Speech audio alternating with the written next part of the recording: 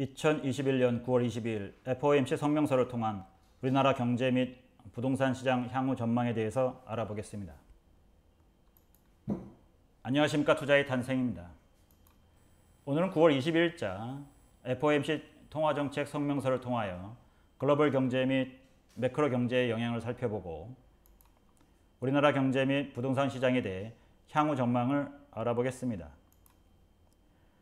다들 아시는 내용이겠지만 페드와 FOMC에 대해 간략히 설명하고 진행하겠습니다. 페드는 미국의 중앙은행으로 우리나라 한국은행에 해당합니다. 보통 페드 또는 Federal Reserve System, 연준, 연방준비제도, 미국 중앙은행, FRS가 모두 같은 것입니다. 그런데 부동산 투자에 미국 중앙은행의 역할까지 우리가 알아야 될까요? 물론입니다. 달러는 전 세계 모든 나라가 보유하려고 하는 화폐입니다. 즉 달러가 전 세계 기축통화인 것을 잘 알고 계실 겁니다. 이에 파운드와 유로화 등이 있지만 역시 각국 금융시장과 원재재 같은 상품에서도 달러로 거래가 됩니다.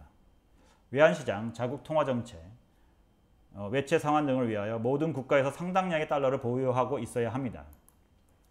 그러니 달러의 발행 권한을 가지고 있는 미국 중앙은행, 즉 페드의 전 세계 영향력은 실로 어마무시합니다.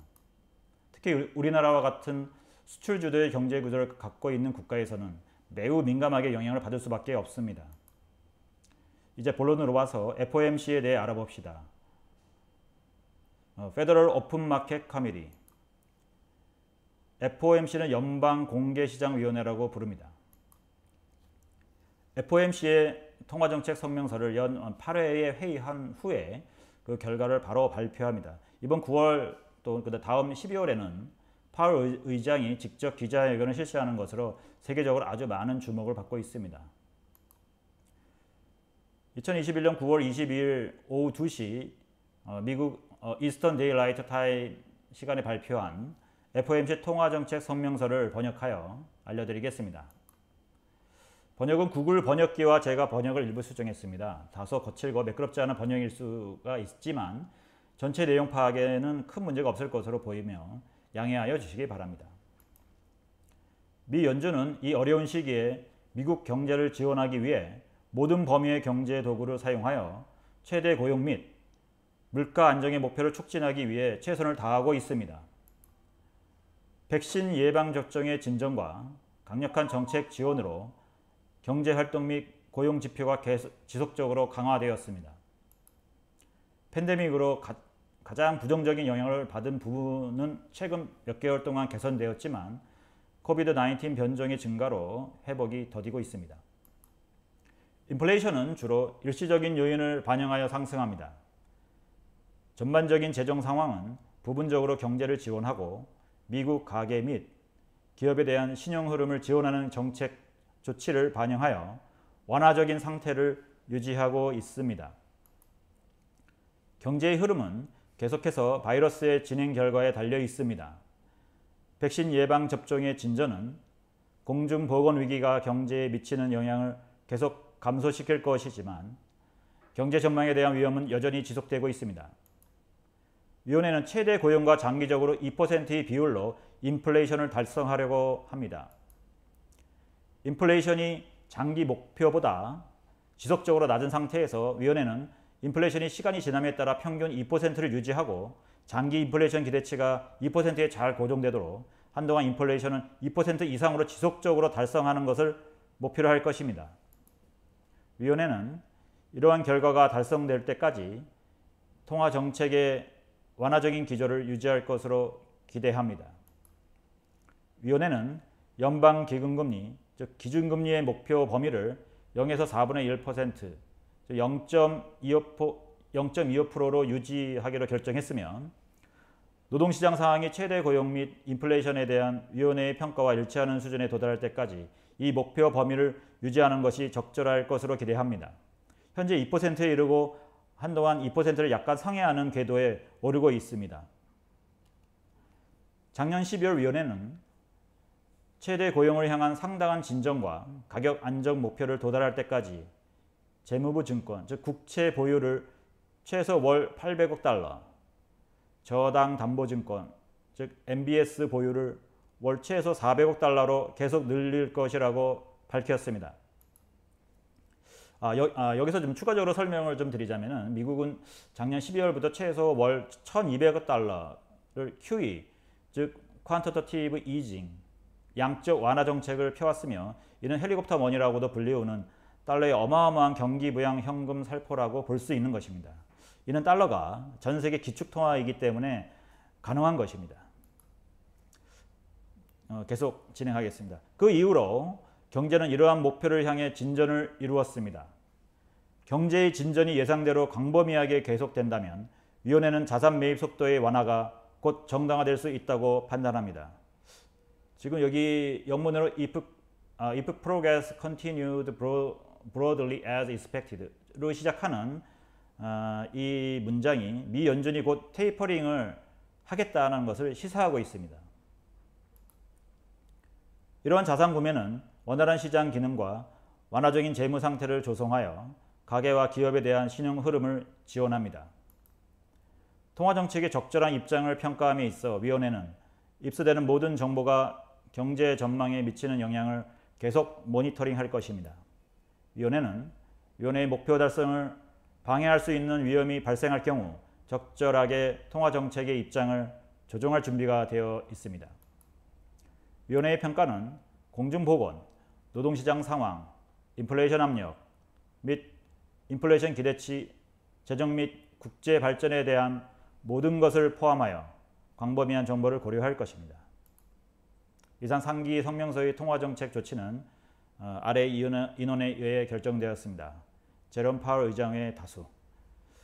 원본 출처는 그 federalreserve.gov에서 가져왔고 여기에 가보시면은 상당히 많은 정보를 추가로 알 수 있습니다. 한번 확인해 보시기 바랍니다. 여기 성명서 뒤에 결정문 decision이라고 붙어 있는데 여기에 뭐 구체적인 금리와 좀 구체적인 내용들이 들어가 있습니다. 이제 가장 중요한 것은 미국 기준금리를 0에서 0.25%로 유지한다는 것이고 작년 12월부터 지속되던 QE를 완화 정책을 국채 800억 불, MBS 400억 불을 지속 매입하여 달러를 살포하는 경기 부양책을 계속 한다는 내용입니다. 하지만 이번에 파월 의장의 기자회견에 의하면 11월부터 테이퍼링이 시작될 수 있음을 시사하였고 테이퍼링이 내년 중반에 완료하고 내년 중후반에 금리를 인상할 수 있음을 시사하였습니다.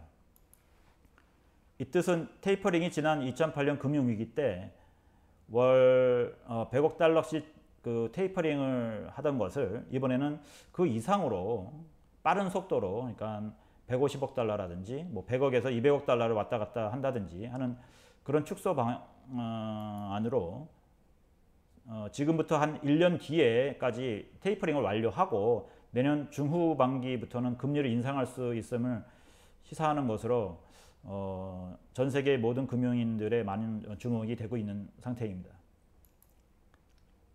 미국은 내년 말부터 금리 인상이 예상되고 있지만 한국은 금년 8월 26일 0.25%포인트 선제적으로 인상하여 기준금리가 0.75%가 되었습니다. 우리나라는 연말에 한 차례 또는 두 차례 0.25%포인트를 인상하여 1% 또는 1.25%를 유지할 것으로 예상됩니다. 내년 대선 직전에는 금리를 인상하지 못할 것이 분명하므로 이번 연말에 기습적으로 올릴 것으로 보이지만 한번 추이를 계속해서 지켜봐야 될 것 같습니다. 최근 한국의 그 부동산 급상승으로 이제는 급락을 예상하는 언론 또는 유튜버들이 많이 나오고 있습니다. 하지만 대부분 그 전문가들은 미국에 비해 지나치게 금리를 높게 인상할 수 없기 때문에 미국 금리 수준에 맞춰서 금리 인상을 결정할 것으로 보고 있습니다. 그렇다는 얘기는 금리가 최근에 그 가상금리 인상과 우대금리 감소로 이미 담보대출 같은 경우에는 금리가 이미 좀 더 상당량 올라가고 있는 상태입니다. 그리고 이 정도의 조정으로는 우리나라에 큰 충격을 줄 것으로는 보이지 않습니다. 당분간 부동산 시세의 급락은 어려울 것으로 보입니다. 다만 아파트 시세가 너무 급격하게 상승했기 때문에 가격이 너무 높아서 당분간 안정적 기조를 유지하다가 다시 한번 상승 모멘텀을 받을 수 있을 수 있습니다. 단기적으로 서울에 공급이 부족하기 때문입니다. 서울발로 또 다시 또 가격 상승이 또 지속될 수 있는 그런 게 예측되고 있습니다. 사실 부동산 가격 예측은 매우 어렵습니다. 다만 지역별로 1급지, 2급지 또는 형태별로 단독 또는 다가구, 빌라, 아파트 등이 서로 격차가 더욱 벌어질 것으로 보이고 역시 안정적인 투자처는 수도권의 역세권 아파트, 특히 서울의 역세권 아파트가 될 것으로 보입니다. 다음 여기에 그 상기 도표는 FOMC 도트 플로트입니다. 이 도트 하나하나가 FOMC 위원 한 명을 뜻하는 것입니다. 6개월 전에 2022년 금리 인상 예견안 위원이 4명뿐이었습니다. 4명뿐이었는데 2022년 9명으로 늘어났습니다. 특히 2023년 전망에서는 7명에서 6개월 지난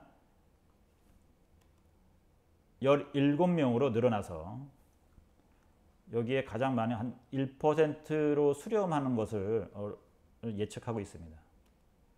이는 22년 중후반에는 금리 인상이 시작될 것이라는 것을 유추할 수 있습니다. 장기적으로는 2.5%에 모두 수렴하는 것으로 6개월 전이나 지금 현재나 2.5%에 수렴할 것이라는 것은 변함이 없습니다.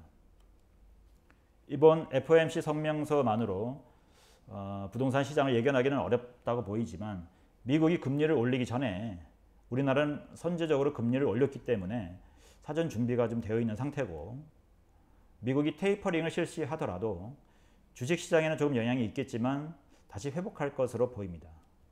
또한 우리나라 부동산 시장에까지 영향을 줄 정도는 아니라는 것이 모든 전문가들의 의견입니다. 이상 FOMC 성명서를 통해 우리나라 경제 및 부동산 시장에 대해서 전망해 보았습니다. 지금까지 투자의 탄생이었습니다. 앞으로 더 좋은 영상으로 찾아뵙겠습니다. 감사합니다. 구독과 좋아요는 컨텐츠 제작에 큰 힘이 됩니다.